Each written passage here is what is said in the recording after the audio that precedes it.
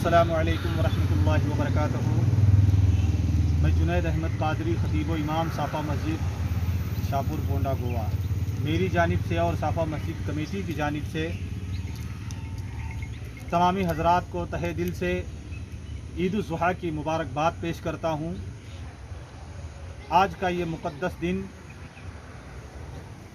जिसे ईद उल ज़ुहा कहते हैं और कुर्बानियाँ पेश करते हैं। आज के दिन हम अल्लाह तबारक व तआला की बारगाह में कुर्बानी पेश करते हैं।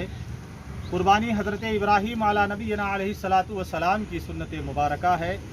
अल्लाह तबारक व तआला के लिए आज के इस ख़ास दिन ख़ास अपने माल को अल्लाह तबारक व तआला की राह में सर्फ करने को कुर्बानी कहते हैं। और हम खुसूसी अल्लाह की बारगाह में दुआ करते हैं बिलखुसूस मुल्क भारत के लिए और ख़ास करके गोवा के लिए कि अल्लाह तबारक व तआला कोरोना वायरस जैसी वबाई अमराज को इस दुनिया से निस्तो नाबूद फरमाए और गोवा में रहने वाले जितने भी अफराद अल्लाह हम सब की हिफाजत फरमाए।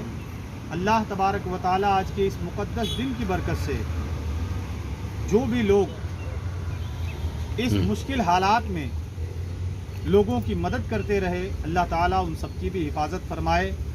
और गफूरुर रहीम की बारगाह में ये दुआ है कि अल्लाह ताला हम सबको एक दूसरे से मोहब्बत अता फ़रमाए, मिलजुल कर रहने की तौफ़ीक़ अता फ़रमाए। गफूरुर रहीम और हमारी आज के इस मुक़द्दस दिन हमारी इबादत को अपनी बारगाह में शर्फ़ कबूलियत अता फ़रमाए। अस्सलामु अलैकुम वरहमतुल्लाहि वबरकातुहू।